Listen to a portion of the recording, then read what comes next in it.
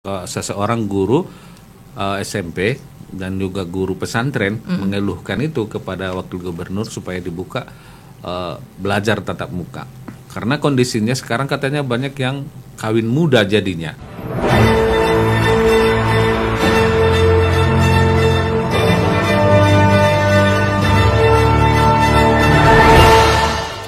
...102,6 FM Sansrasi Suara. Satu kata penumpang pasti selalu di hati. Terima kasih Anda masih tetap bersama kami di Ruang Paslah, cerdas dan inspiratif mengungkap cerita di balik berita. Kita di sesi terakhir bersama seorang perempuan tangguh yang berada di pusaran pendidikan. Terkait dengan hal-hal apa saja yang belakangan ini menjadi langkah-langkah dan harapan seorang Ibu Salbiah, Kepala Sekolah Man Plus Keterampilan di Mandeling Natal. Nah, kita di sesi terakhir nih, Bu, kami masih sita waktunya terkait pandemi. Ini kan pandemi. Ya.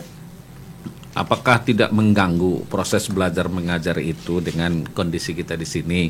Bagaimana melakukan siasat apa dalam hal proses pembelajaran yang lewat daring ini, gitu kan? Terkait pandemi dan tidak dibukanya sekolah untuk tatap muka. Upaya apa yang dilakukan sekolah, seorang Ibu Salbiah sebagai kepala sekolah untuk terus memastikan siswa itu mengikuti pembelajaran gitu. Kan kenyataannya banyak guru atau orang tua sekarang sudah mengeluhkan itu.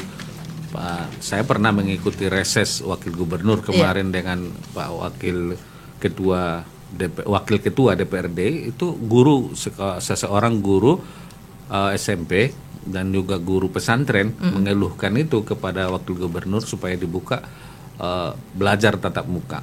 Karena kondisinya sekarang katanya banyak yang kawin muda jadinya, karena tidak punya aktivitas itu yang dialami mereka. Lalu di sekolah Man Plus ini untuk mensiasati proses belajar mengajar daring ini, memastikannya bahwa anak sekolah itu juga ikut proses pembelajarannya itu seperti apa gitu. Iya.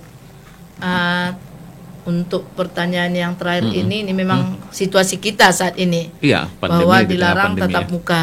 Dilarang tatap muka, program kita dari Merasa untuk pembelajaran daring ini kita menggunakan beberapa sistem. Yang pertama kita menggunakan e-learning madrasah. Dengan e-learning madrasah kita bisa melihat semua kegiatan dan kegiatan guru dan siswa. Terpantau. Iya, tetapi kendalanya kadang-kadang di jaringan. Ya. Kemudian kita menggunakan Google Classroom. Google Classroom itu memang aplikasi khusus dibuat. Aplikasi dari madrasah. Google Classroom. Kemudian kita bisa memantau di sana guru-guru yang aktif mengajar dan siswa yang tidak aktif belajar, bahkan kita pantau. Jadi walaupun di tengah pandemi ini tetap ada istilah panggilan orang tua. Jadi kita buka grup WA dengan siswa, kemudian wali kelas punya grup WA dengan orang tua. Jadi semua informasi itu disampaikan oleh wali kelas ke orang tua. Itu ya, artinya tidak begitu mengalami kendala gitu ya dengan proses pembelajaran seperti itu. Kalau untuk pentransferan ilmu tidak. Tetapi kalau untuk pembinaan akhlak dan disiplin ini yang menjadi kendala. Itu pengaruh sekali ya. Iya, itulah yang paling pengaruh. Nah, tapi kalau untuk transfer ilmunya saya rasa tidak ada kendala. Masalah. Prakteknya atau bagaimana gitu di sekolah?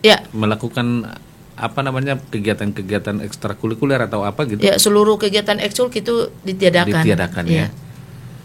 Lalu apa yang dilakukan, apa yang diharapkan lah begitu kira-kira supaya proses belajar tatap mukanya berjalan seperti sedia kala gitulah kira-kira.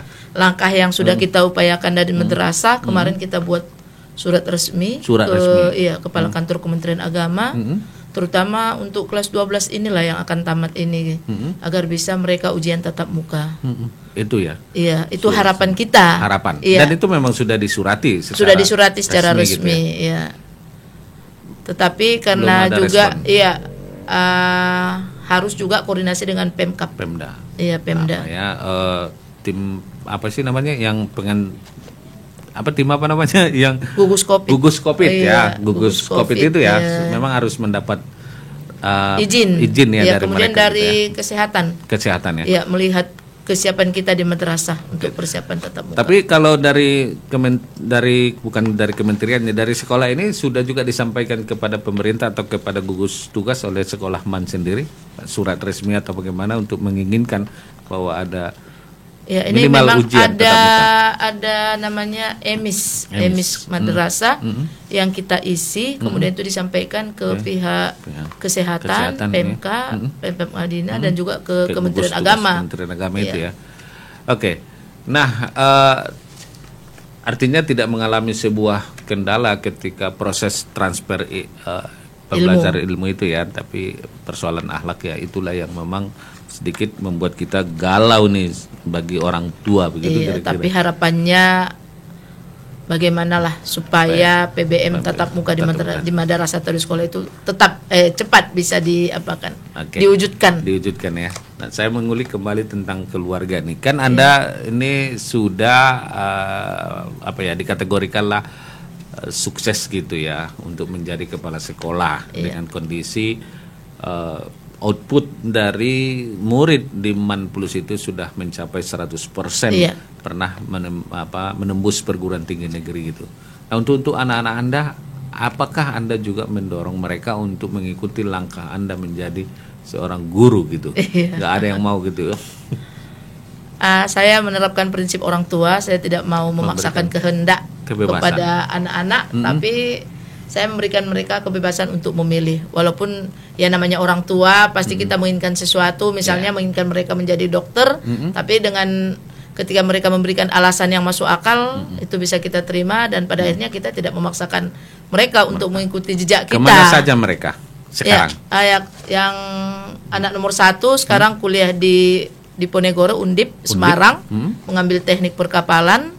Yang nomor 2 di Jogja di UPN mengambil teknik geologi. Ya, dan yang nomor 3 waktu tamat SD kita arahkan untuk menghafaz ke Medan ya. Iya. Alhamdulillah dia hafaz itu lebih mudah lagi kalau udah hafaz Quran 30 yang perempuan ya lebih mudah jadi apa gitu kan, mendapat prioritas juga kan. Nah, ilmu geologi ini yang berhubungan dengan bor-membor ini ya. Iya, panas bumi ya. Oh iya, ilmu geologi. Iya. Nanti dia bisa jadi manajer di PT SMGP kan. Amin. Siapa tahu. MAN penyambungan atau kemudian berubah menjadi MAN 1 Mending Natal dan sekarang MAN Plus keterampilan. Artinya sekolah ini sudah mengalami perkembangan yang cukup pesat, sangat signifikan. Ya. Kita bicara target nih Bu, apa yang menjadi target Anda ke depan ini dan program apa yang disiapkan untuk mencapai target itu? Artinya MAN Plus ini sudah mampu menembus tidak hanya perguruan tinggi, harapannya bisa menembus pada sekolah-sekolah ikatan dinas gitu kan, lebih banyak atau bisa bersaing secara nasional gitu. Apa targetnya dan target ke depan? Saya ingin sekali bagaimana putra-putri Madinah ini bisa keluar negeri, Pak. Keluar negeri? Iya. Tahun ini insya Allah ada yang sedang kita daftar, kita arahkan ke Turki. Mari, mudah-mudahan berhasil. Dia tingkatan S1-nya S1 gitu ya. Begitu tamat dari MAN ini dia bisa menembus pendidikan ke Turki ya. Ini harapan kedepannya seperti itu. Memang kalau ke Turki, ke Kairo itu belum ada ya. Sampai saat ini belum. Universitas Al-Azhar atau kemana yang itu kan dari MAN boleh saja bisa juga kan.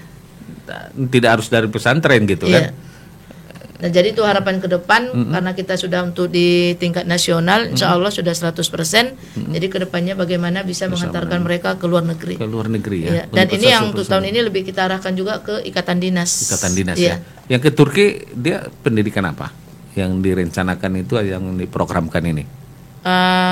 Dia tetap mengambil agamanya. Agama Pak. Ya. Agama. Alhamdulillah ya, mudah-mudahan bisa menembus gitu ya. Jadi MAN sudah ada di mana-mana gitu kan. Itu target paling utama ya, dan menembus ikatan dinas itu ya. Iya. Boleh tahu sedikit Bu, alumni ini yang belum tembus itu profesi apa sih kalau MAN? Iya. Profesi apa yang belum ada? Seperti saya sampaikan tadi, kita tetap selalu koordinasi sampai sekarang dengan para alumni dan selalu kita mencari tahu di mana mereka. Ya. Jadi profesi yang belum ada dari MAN itu pilot. Belum ada ya. Masinis, nakoda, Tuh, yang belum ada. Yang belum ada ya. Ya, jadi sering kita sampaikan itu profesi seperti itu lebih meyakinkan. Kalau dari segi ekonomi saya sering sampaikan ke anak-anak, kalau ingin jadi kaya ambillah yang profesi-profesi yang seperti itu gitu. Tapi sampai sekarang belum untuk ya? Jadi pilot belum, tapi kalau yang sudah sekolah di penerbangan sudah. Bahkan yang sudah bekerja di penerbangan sudah ada ya. Nah, ini Ibu untuk koordinasi dan komunikasi dengan alumni itu pernah nggak dikumpul atau sebangsa ikatan kalau SMA 1 ada Pasmada gitu, ikatan alumni SMA waktu kalau di sini. Kalau mana ada nggak ikatan alumni? Kita punya ikatan alumni Ikamansa. Ikatan alumni Mansatu Madinah. Gitu ya. Dan insya Allah sampai sekarang komunikasi kita dengan mereka tetap berjalan lancar. Ada nggak datanya tuh, sudah ada nggak datanya di mana itu alumni itu secara menyeluruh dari tahun ini ke tahun ini gitu? Insya Allah ada. Ada itu ya? Iya, karena tetap kita pantau ya. Iya. Makanya dapat itu ya anak yang ke Libanon itu ya. Iya, ya, makanya kita tahu sekarang alumni kita ada di Libanon, ada yang di Irjen Jakarta, ada yang di Kementerian Agama Jakarta. Kita semua sudah banyak ya. Iya, masih tetap komunikasi. Oke, baik Bu. Kita nih di ujung nih. Iya. Nah, sebagai seorang ibu dan orang tua, apa yang menjadi harapan Anda gitu?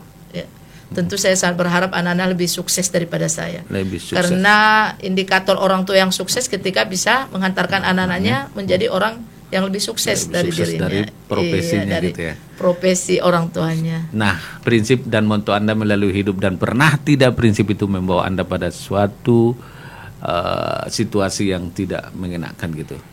Motto itu. Motto Ibu apa sih sekarang? Anda gitu. Mottonya? Berjuang untuk pendidikan. Berjuang untuk pendidikan. Konsisten ya. Iya. Seterusnya, ada nggak mengalami situasi yang tidak mengenakan dengan motto itu? Nggak ada ya. Biasa kalau untuk di bidang pendidikan saya rasa tidak. Tidak ada ya. Tapi saya masih bercita-cita. Ya, ketika nanti anak-anak sudah selesai dari S1-nya, saya tetap bercita-cita menginginkan mengambil S3 tetap di bidang pendidikan. Itu belum tercapai ya? Belum tercapai. Insya Allah ke depannya. Doa Pak Paslah dan para sahabat Ustadz FM Madinah. Itu tapi sudah ada planning itu. Iya, planning ke situ sudah ada. Dokter ya. Artinya selesai mungkin nanti anak-anak saya bisa sekolah S3 lagi ya. Iya. Habis itu S-Doger itu. Iya. S3 itu jadi dokter tetap pada jurusan pendidikan ya. Ini masternya juga pendidikan berarti ya. MPD, lalu untuk mengejar itu nanti untuk dokter MPD. Kemudian selepas itu masih tetap menjadi guru atau nanti bisa menjadi seorang dosen atau apa gitu kalau udah jadi dokter? Untuk target tidak punya target tertentu apakah jadi dosen, tetapi tetap bergerak di bidang pendidikan. Pendidikan aja ya. Tidak mau masuk dalam struktural ya.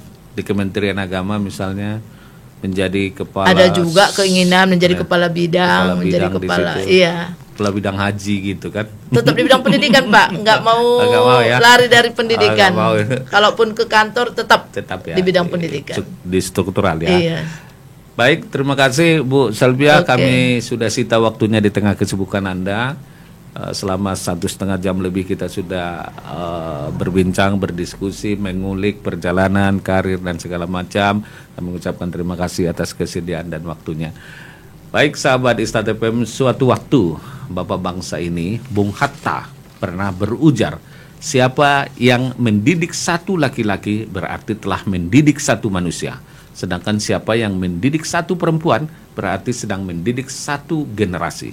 Artinya perempuan punya peranan yang sangat penting dalam menghadirkan generasi yang terdidik. Maka semestinya ruang untuk eksplorasi diri perempuan lebih dibuka. Pun dengan perempuan, gender tak boleh menjadi penghalang untuk mencapai sebuah kesuksesan. Terima kasih atas kebersamaan dan atensi Anda.